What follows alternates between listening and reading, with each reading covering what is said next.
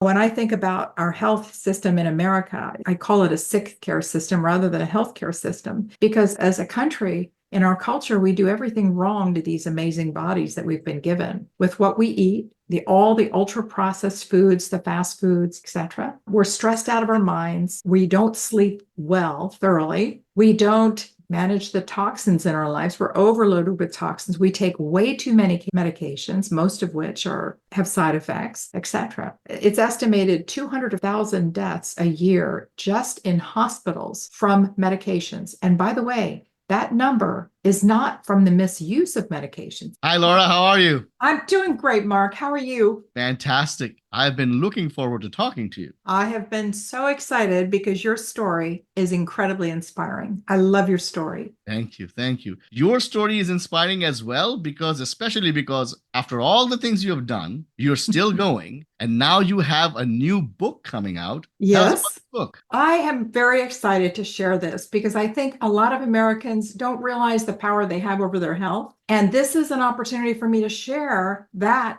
opportunity, that message to inspire them to make changes in their diet lifestyle, to be all that they were meant to be, not be stuck in the routines and ruts that most Americans are in. What made you interested in this topic in the first place? I've always been a health nut. And that goes way, way back in my life, long before I was doing anything in this field. And I'd have to say, probably in part, my husband's heart attacks. I've always been personally a lot of a health nut, actually. But those heart attacks really woke me up to needing to make some changes in our home for him. That was a big part of it. But then probably the thing that really pushed me over the edge to say, yes, I'm going to do this message because it's that important to America today. I was reading blogs and Facebook posts and a lot of different things that were written firsthand from people who were suffering with various chronic illnesses. So that's everything from diabetes, heart disease, liver disease, kidney disease, most cancers, Alzheimer's, autoimmune diseases. Those are chronic illnesses. And I read a post on Facebook, as I recall. It was on a Facebook page for people who were recently diagnosed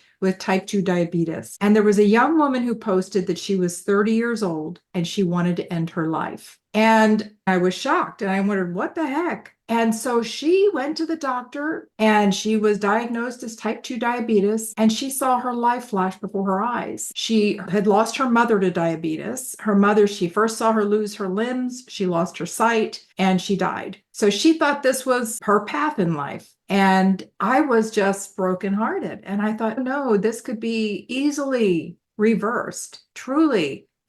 Type 2 diabetes, as common as it is, very highly reversible very quickly. And so I responded back to her with tears flowing down my face, saying, this is a gift. This diagnosis is a gift. And the greatest way you can honor your mom's memory is to change the course of your life so you don't go down the path that your mom went down. She wasn't even aware that was an option. She was just sent home from the doctor's office with insulin, metformin, and told that this was going to be her new life. And a lot of people don't know, when you're on insulin for a long time, very often your pancreas will stop producing insulin. So you are now stuck with that for the rest of your life, injections. So it was a wake up. And I decided, that's it. I'm going all in, and I'm going to dedicate my life to helping people to not only embrace the power they have over their health, but what they can specifically do, actionable things. This book, it's a funny story on the title, but the book is really about empowering people to understand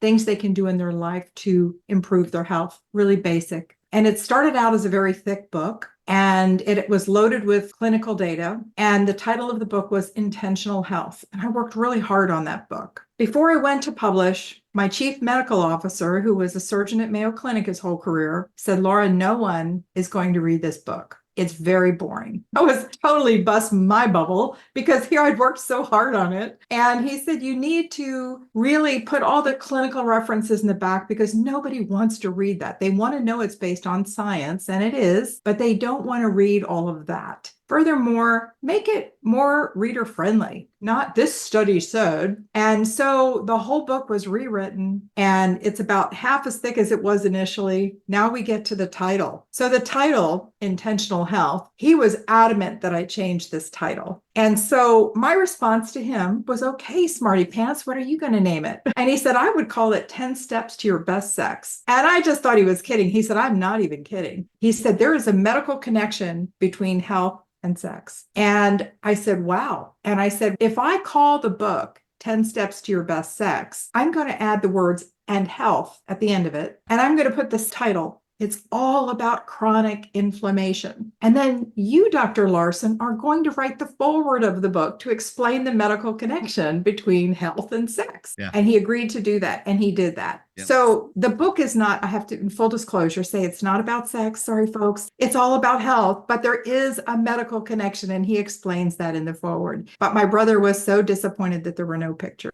There were pictures. Sorry, John, but it reads very easily, and it's something that I'm excited can really inspire people to know they can do this. And Mark, when I read your personal story, you have one of the most inspiring stories I have ever heard. And I've heard a lot of them, especially on this journey. But when I think about where you've come from in your life, your journey, it's not that hard for the rest of us comparatively. You have really faced great hardship in your life and overcome it. And I probably don't even know all of the details. But starting with growing up in Calcutta, that's hard. Coming to America from India, that's hard. Putting yourself through school and getting a degree in mathematics and computer science, that's hard. And then you met your wife. That's not so hard, but it's really lovely and a wonderful ending. And now you have 2 kids and 3 dogs, and you've lived happily ever after. I really also love the fact that you went on this health journey where you had over 40% body fat. And today you're competing for a national championship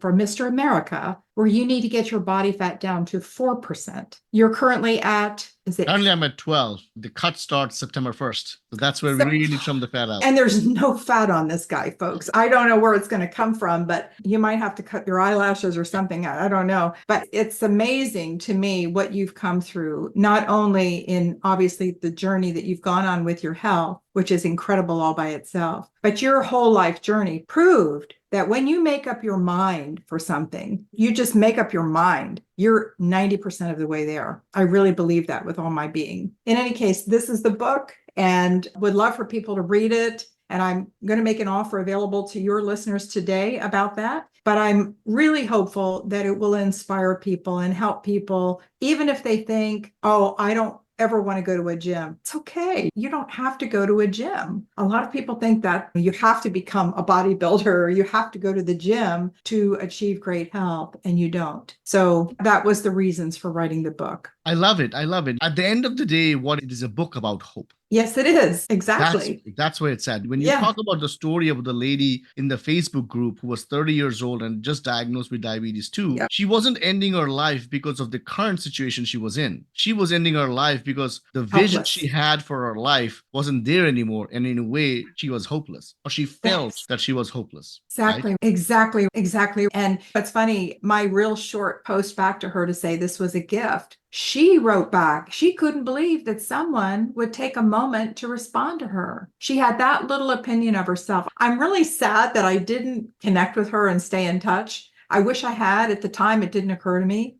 of how big of a thing this would become in my own heart to recognize her story. But you're right, it is. It's a story of hope, because when people don't feel good, whether it's because of weight, or if it's because they have a chronic illness, which is so difficult, then it's easy to get to that point where you feel hopeless because you don't have energy, you don't have your drive, you don't have your confidence, you feel stripped of all of those things. And yet, I think you would testify that, yes, you've overcome far more hardship than most of us. So that's why I'm just like, when I read your story, I was so eager to meet you. And because every facet of your story is so inspiring. And I know that on your podcast, you share a little bit of yourself and your story and that inspiration every time you're on air. And I want to do that for people too in their health. And so That was the reason for the book. And I hope to be able, I just went out with this on Amazon last month. And I hope that this will bring us into opportunities to speak and share the story and inspire others. Absolutely. Absolutely. I love it. And whether it be diabetes and not feeling hopeful about it, whether it be obesity and not feeling hopeful about it, sometimes it's the perceived difficulty of the problem that stops us. Yeah, exactly. It's a great When we point. are obese, when we are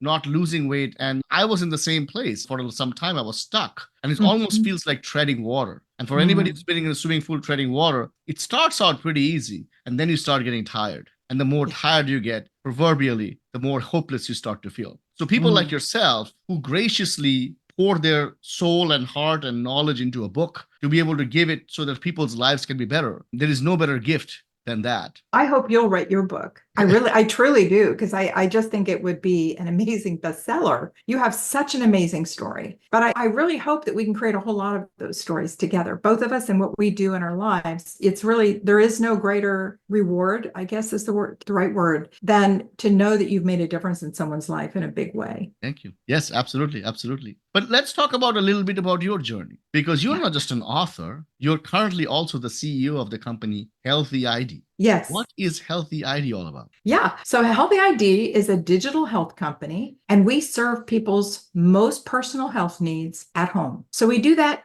in 3 areas. One, surprise, we have a medical weight loss program. I'd love to talk about that, what that is and why it's different. Number 2, we deliver medications to a person's home for hair loss, skincare, and sexual wellness. That's primarily ED drugs. And then finally, we've developed and validated 18 health panels that can be done in a person's home. And they just do the specimen at home, whether it's a dried blood spot or urine or saliva, whatever the test calls for. And they drop it in the mail. It goes to the lab. It gets processed in about 3 to 5 days. They have the results. And it's private. It's convenient. Everything we do is private and convenient. And so that's what we do on a high level. And one of the things that weaves into everything that we do, again, is that message of hope, that message of you can do this. And the most important message that I really hope that we bring to people is this: we want to help change people's lives so they can be all that they were meant to be. Because if we're buried in that helplessness and pain and suffering and depression and all of those things, we are never going to take risks. And if we don't make changes, then it's a spiral down that we're on. When I think about our health system in America, I call it a sick care system rather than a healthcare system, because as a country, in our culture, we do everything wrong to these amazing bodies that we've been given with what we eat,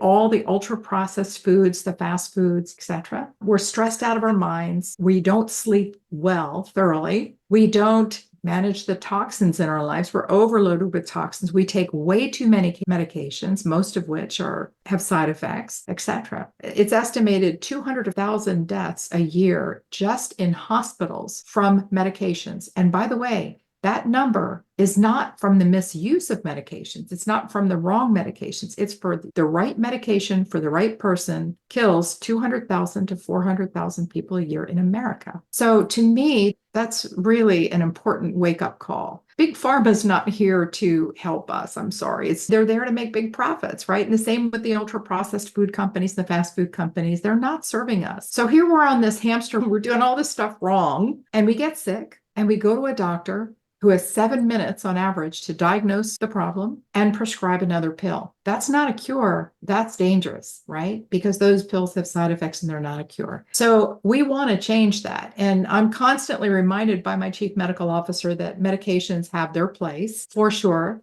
I respect that. There's certainly absolutely truth to that. But I also think we are so over-medicated as a society. And this is why we believe that, for example, with our weight loss program, nobody does what we do. At the beginning of the weight loss journey, we send a test kit that we've developed for the weight loss program to a person's home. And it's a finger stick test, very simple. It measures, and they drop it in the mail, it goes to the lab, right?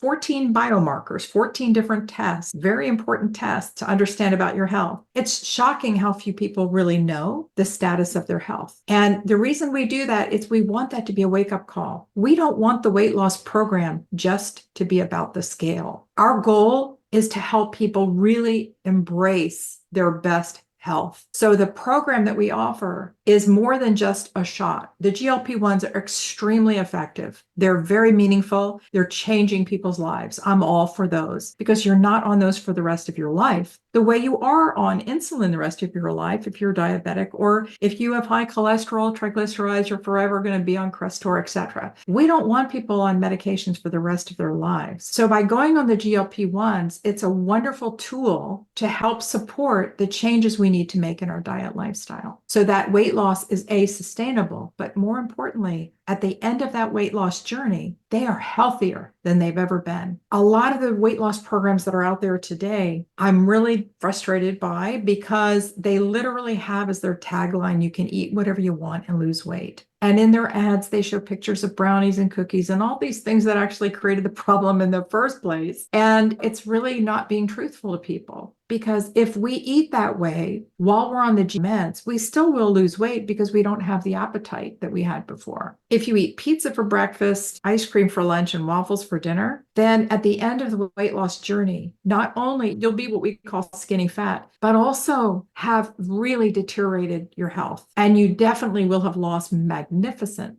muscle mass. And that's very hard to recapture. So again, our program is very focused on healthy weight loss. So we offer that test in the very first month. We pay for it. It's not a cheap test, folks. 14 biomarkers, right? A lot of our competitors have a test that they offer. It's 3 tests, not 14. And they charge you for that. In many cases, you have to go to Quest or go to LabCorp to have a venous blood draw. It's very expensive and you pay for that. We pay for it and it comes to your home and it's private and it's convenient. And then we offer that same 14 biomarker panel in the 6th month. Why? So people can say, wow, oh my goodness, my A1C is normal. I don't have to be on insulin anymore. Let's go to the doctor and stop that one. Or look at my cholesterol and triglycerides. It's just a couple of examples. So that's our goal, right? Is to help people achieve their best health in addition to the weight loss so they can be all that they were meant to be. They'll feel good about who they are. They'll feel good in their skin. That's the goal. Absolutely. And I love it because there are a couple of things you just brought up. You talked about the point about truthfulness. And a lot of times the desire to make money, the greed for money overrides what is good for the person. Yes. And we're seeing this happening more and more, especially everywhere. when we're playing with the lives of people. Yeah, Big pharma and big pharma, fast food, ultra processed foods, they're all driving this. Yeah.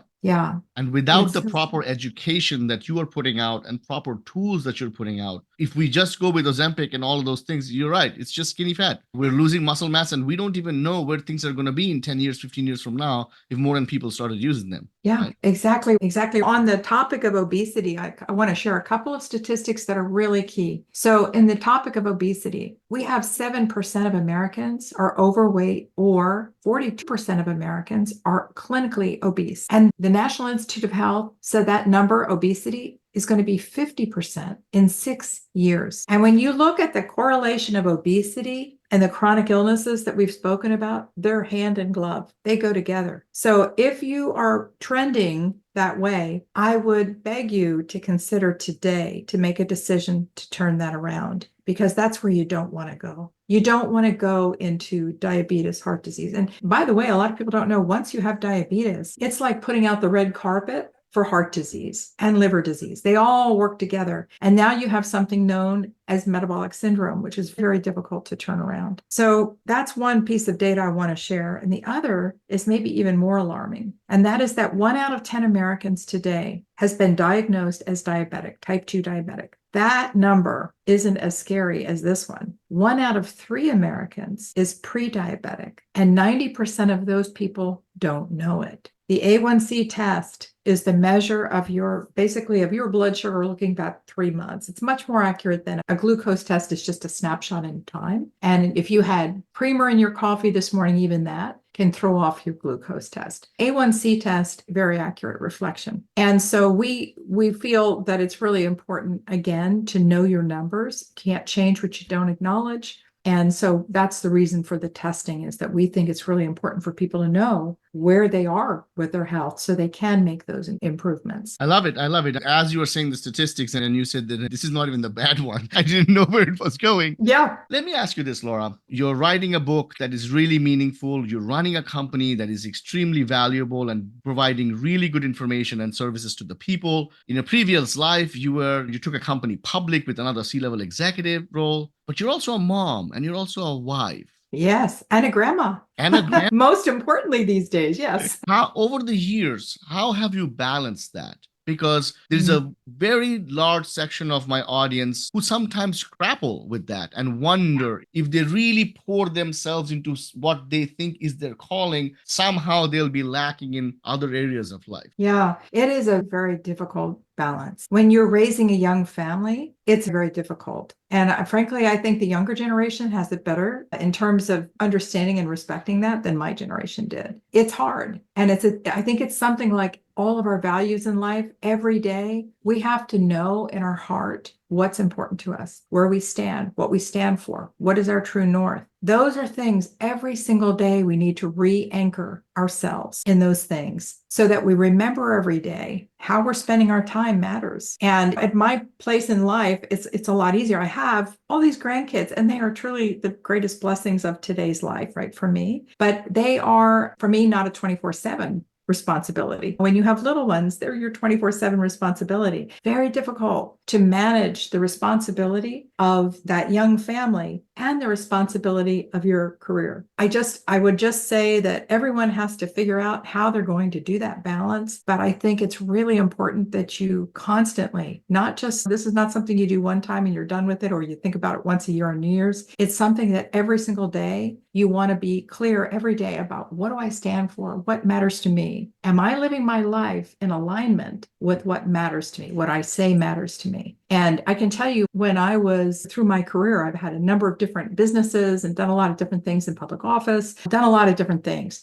My kids were young and I had a lot of pressure on me in each of those situations. And I will tell you, there were times that I look back and I wish I could do some things over again. You don't get do-overs, folks. And that's why, to me, this topic of health is so important to talk about, because life is it's not a rehearsal, right? This is not a dress rehearsal. This is the real deal. You get one shot. So why go through life not feeling well, not feeling your best? And in the conversation you just brought up, not living in accordance with what you say matters in your life. So when your kids are grown, and I'm so blessed, I have twin boys, they're grown, they live right near me. They are everything to me. And they turned out great. And sometimes I say, in spite of me, right? So things I wish I could have done better that you don't get do-overs for, but they turned out great. So I'm grateful for that. But that would be maybe something I would really encourage your listeners to think about, is how every day, maybe it's a Post-it note, maybe it's the wallpaper on your phone, someplace to put something, whether it's a word or a picture or something that reminds you every day, what is your true north? What do you stand for? What are the lines you won't cross? What are the values that you uphold? And ask yourself every day, am I living my life in alignment with those values? That's so important. I'm looking if we can maybe elaborate on some examples, right? And we could specific case study as well. Let's say a female entrepreneur with 2 kids who's trying to build her business, doesn't have the most supportive of a husband. And every single day, every single night is torn in between, should I be there for the kids because I'm feeling guilt about it? Or should I pursue what I'm supposed to do because that's also supposed to feed them? It's not just a choice or a hobby. It's also a craft that you rely on, that you've developed to be able to feed them. What would be some examples of things you would say if she was in front of you listening in? Actually, I look for those opportunities, whether it's through my church or other social circles that I'm in, talking with young moms. I always say to young moms that I've done a lot of things in my career, if they know what my background is or whatever, but I'd have to say the most important job I have ever had in my life is raising those kids. And yet when you're in that everyday situation, it feels so mundane. It just feels, oh, it's another day, another diaper change or another dinner or another vomit or whatever it is that day brings, and it's all of it. Then it's really easy to forget that those are fleeting. Those days don't feel like it sometimes, but they are fleeting. And it's easy to forget that it's not going to be very long. It's in a blink of an eye that they're grown. My son came for dinner last night because his wife and the kids were up in Minnesota at her sister's bridal shower. And I was so happy to have him here and spend the evening with us for dinner. But he sat there and we were talking about his son, who's 4. And I'm thinking to myself, I still think of my sons as these little guys because it was just so fast that they grew up. And looking back on it, I would love to have some of those days back. You don't get those back. You don't. They grow up, they move on, they have their own families. That's the way it's supposed to work. But I just try to always encourage the moms, as hard as it is to balance everything, regardless if she's a stay-at-home mom or if she's trying to feed her family and juggle raising the kids and maybe doesn't have the support of a husband. That is really difficult, really hard. But if ever there was anyone that really needs to uphold the message of remember every day what matters to you, and make sure every day you live that life in alignment. Every day you tell your kids you love them. Even if they don't want to hear it that day, you tell them anyway. And every day, one of the things I did with my kids that at the time I really didn't think a lot of it, but we had a rule that you had to be in the chair at dinner. And if you said you weren't hungry, that's okay. You're going to be in the chair. And during football season, soccer, whatever, then we eat a little later, but you're in the chair. And I had so many fights about that, right? So many, I was a terrible mom to make them do that. And yet when they went off to school, off to college, they both independently said, Mom, thank you so much. That gets me emotional. That mattered. And so not an easy thing, right, to require them to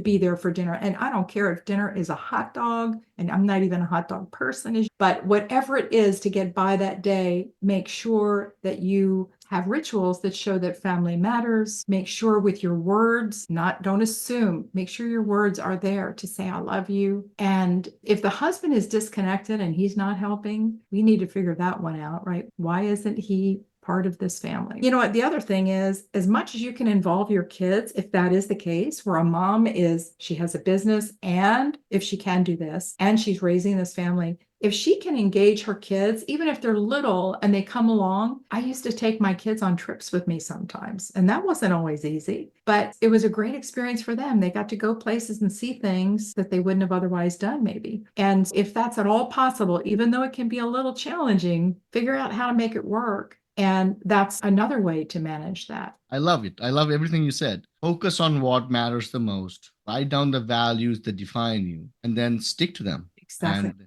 Every day, ask yourself, am I living in alignment with what I say matters to me? So if it's your faith, what is that? How does that show up in your life? If it's the family matters, how's that showing up in your life? If it is your job, how much of your life is dictated or defined by that? Is that in alignment with everything else? All of these things matter. And it is very hard to have your own activities, whether it's music or hunting or fishing or whatever your thing is that you enjoy doing. It's hard to have your own life when you're balancing a career and a young family. Very hard. And my goodness, what you're going through right now in preparing for the competition, I don't know how you're doing it. 2 little kids, 3 dogs, a wonderful wife.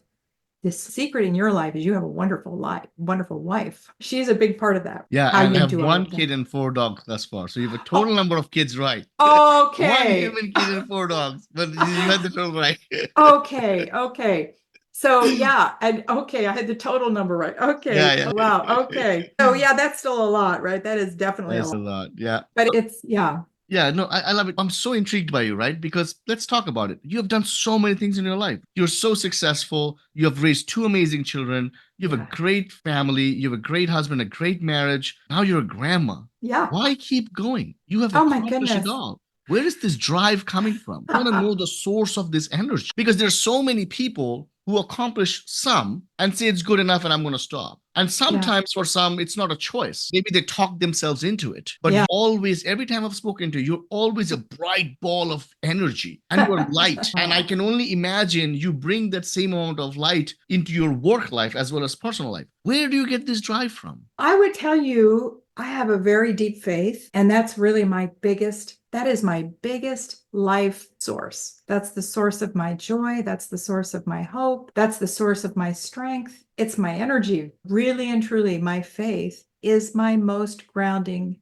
the essence of who I am. I am married to a great guy. And when I tell you how old my husband is, if you met him, you would be shocked. So he's done so many things in his life. I feel like a total failure next to him. He's amazing. So he has owned and operated businesses. He's owned and operated banks. He was senator in Kansas. He ran every campaign that Senator Bob Dole ever had, including when he ran for president. He was his national finance chairman then. And he's an amazing man. And he is 86 years old. If you saw him or you heard him speak, people think he's 70, maybe. He's unbelievable. And he is the Energizer Bunny. He was a rodeo cowboy when he was young.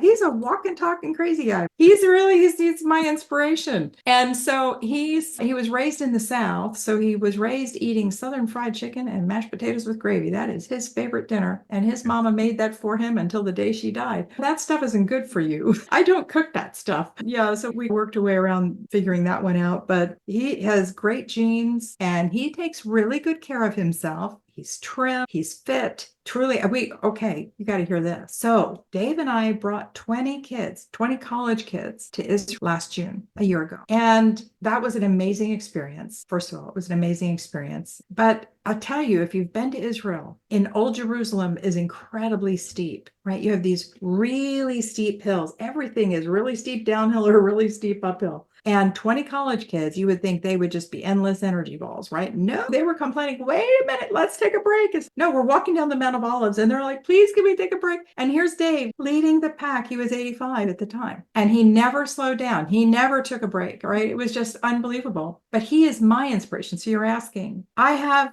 a lot of energy. I'm blessed with great health. I work at that, right? I work hard at that. I will be 67 this fall and I'm in amazing health, right? And that's evidenced by my blood work. But I eat well, I move, don't get stressed out on things, sleep well, I manage the toxins. I do the stuff you're supposed to do that's in the book. And that has had a huge impact on my life. And I see some of the kids that I grew up with, and a lot of them are gone or really in poor health. And it makes me so sad for them because I know that isn't necessary. We have so much more power over our health and our lives if we just pay attention to our everyday diet and lifestyle. As you have evidenced, as you have brought us through your journey and your life, it's making up your mind that you're going to do it. And I'm sure as you were a kid, considering what you were going to do with your life, at some point, there was some catalyst that you decided, I'm going to America because I know I can have a better life. And that was not easy to do. And then you got here and you had to get through school and you didn't choose basket weaving. You chose two of the toughest majors you could have, but you got through all that. And you got through working in New York City during COVID. Your story is just so incredible. So I feel like, okay, we all have our journeys and every one of us has a reason for being who we are and what we are, right? Every one of us, but we all should want to be better. And if we want to be able to grab that brass ring, right? The next big thing that we want to do in our lives, the thing that wakes us up in the morning and gives us energy, the thing that inspires us, the thing that gives us that I can't wait to start this day, then you have to feel good about your life. You have to feel healthy. You have to feel strong. You have to feel energetic. And that doesn't happen without being intentional. Hence the original name of the book. Yeah. Intentional health. Taken away from you. I do love the marketing angle that the CMO did. He was brilliant. Yeah. So many of us are going through life, especially today. We're trying to find every trick, hack, technique, tactic in the book to be able to live healthy. We talked about the importance of eating well. We talked about movement. We talked about preventative measures like doing blood work. The podcast is about three things: health, wealth, and relationships.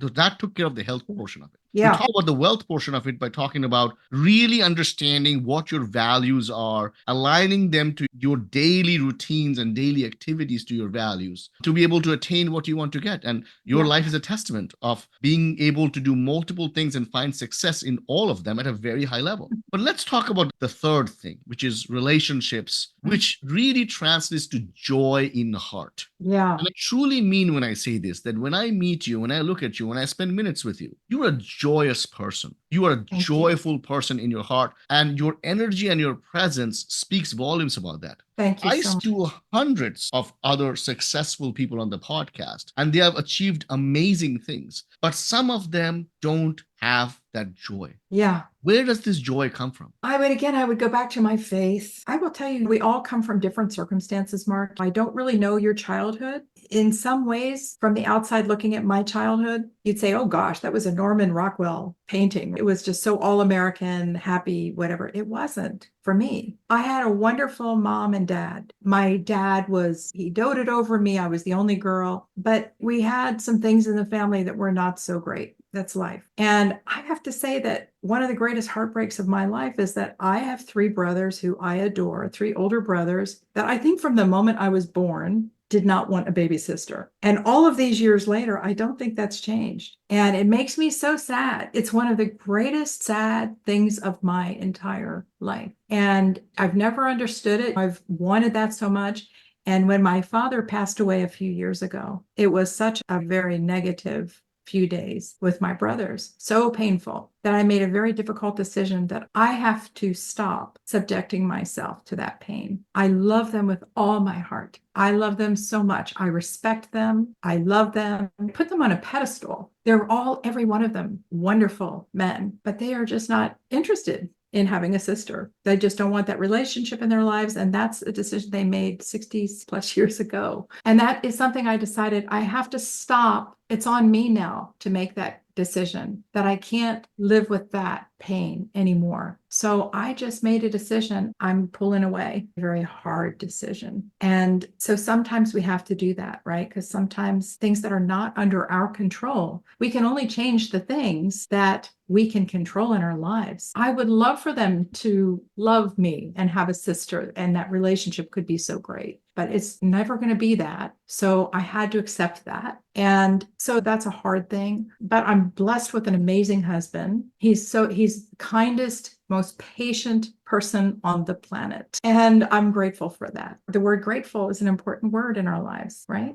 And so I mentioned my faith, right? I'm a believer that Jesus Christ came to this earth to die for our sins, and he gives us that opportunity to have eternal life with him if we simply ask him to forgive us of our sins and take him into our hearts. And I did that when I was 16 years old, and I have really dedicated my life to learning the Bible and to understanding the truths of the Bible. And not a perfect person. Oh my goodness. I am so not a perfect person. But I will say that the source of my joy and the source of the relationships that I have that are healthy and good in a great way stem from the relationship that I have with Jesus Christ. Much like the Bible says, love is a choice, and so is being joyous. Yeah. The story that you told was by making some hard decisions, really hard decisions to walk away from certain things and certain people, you chose to be happy. Yeah. And sometimes that's the secret. Yes, it is. Mindset is a huge part of our joy. And in fact, that's one of the chapters of the book is about mindset. It's about being intentional with how we see the world. If we go through the life all day long thinking judgmental things, it's usually because we don't feel adequate in ourselves, right? And so if we are recognizing that we're doing that, we need to be intentional to turn that off, because that doesn't serve us. It not only isn't good in how it shows up in the world to others, but it really makes us not feel good about ourselves. Loving others as we are loved is really key. So I think if I've learned something in these years that I've lived on this earth, that is the most important lesson of all, is your relationships, starting with your relationship with God. Where is that? And then look at the relationships in your family. And then you look at the relationships with your friends. And all of that plays into your everyday review of your life. How did I do? So I'll share this with you real quickly. I had a great opportunity several years ago to serve as interim CEO for a company called Check 6 International. Wonderful company founded by a former fighter pilot. And most of the company was guys who were fighter pilots. These were super smart guys, high type A personalities. And I had been serving on the board. And I was always saying how we needed to diversify the company. It's a worldwide company. And they, at the time, worked exclusively in the oil and gas industry. They worked with every major oil and gas company in the world. Bad times hit for the oil and gas industry. Company was hurting badly. And if I would serve in that seat for an interim period. It was a huge opportunity. I learned so much. And the goal was, and we did it successfully, we turned the company around and got the company involved in manufacturing and other areas as well, diversify. But the thing that I came away and learned that I apply to my life every day, and I'll share this as maybe one of the closing thoughts for your listeners. What they do is they teach companies, both in the C-suite, right down to the guys on an oil rig, how to perfect process so there's no mistakes. Because, for example, on an oil rig, if there's a mistake, it can cost tens of millions of dollars, and worse, cost lives. And so there's no room for failure. And these principles came from the way that an aircraft carrier works. Again, these guys were all fighter pilots, retired fighter pilots. And so at the end of every day, the pilots will get together, and the Blue Angels do this, the Thunderbirds do this every day. They get together and all the rank comes off. And they huddle and they say, okay, what was the objective? What did we do? What do we do wrong? What do we need to change? And what is the new objective? That 5-step process, they are paid millions of dollars to implement in companies all over the world. But the value of that simple process to our lives is life-changing every single day. To think about, okay, at the end of the day, as you're going to sleep, ask yourself, what was my objective today? What did I do right? Acknowledge that. What did I do wrong? Acknowledge it. It's okay. What do I need to change? And what's the new objective? It may be the same objective and we just do it better the next day. But that process came from aircraft carriers where there's no room for error and things have to be perfect. That's also, I think, a really helpful way for people to think of their lives at the end of the day, to be at that peak performance, to understand how do I improve my life every single day. I think that's a great tool. Absolutely. I love it. I love it. The stories you tell, the way you have lived your life is another example of what happens when someone does live intentionally. You have intentionally carried out your responsibilities of a mother, of a wife, of a business owner, as somebody who's involved in the community. And your life is a testament to it. Anybody who is watching this on a video platform, you can see the joy in her face. You can feel the energy in her voice. And it has just been such an honor and a pleasure to meet you. Thank you so much. My pleasure. I feel like we could talk for like ages. I hope we have a chance to meet one day, because you are a delightful man and you have so much. I can't wait to watch the competition. That's what I can't wait for. I want to see you become Mr. America. I will love that. That would be fantastic. Thank you. Thank you so much, Laura. You're so kind. And thank you for being on the show. Thank you. May I offer one thing to your listeners real quickly? Yes. So if they would like to join the HealthyID medical weight loss program, they can go to healthyid.com. That's HealthyID.com. And when they join and they put their name in the registration, use the word Mark next to their name for their first name. I will send them the book right away, and they will be on their way to really becoming all that they were meant to be by getting their health back on track and getting their life back on track. And they're going to live a much stronger life once they get things on course. So that would be my gift to your listeners today. Thank you. Very generous. Thank you, sir. Thank you so much. Thank you, Mark. Appreciate you.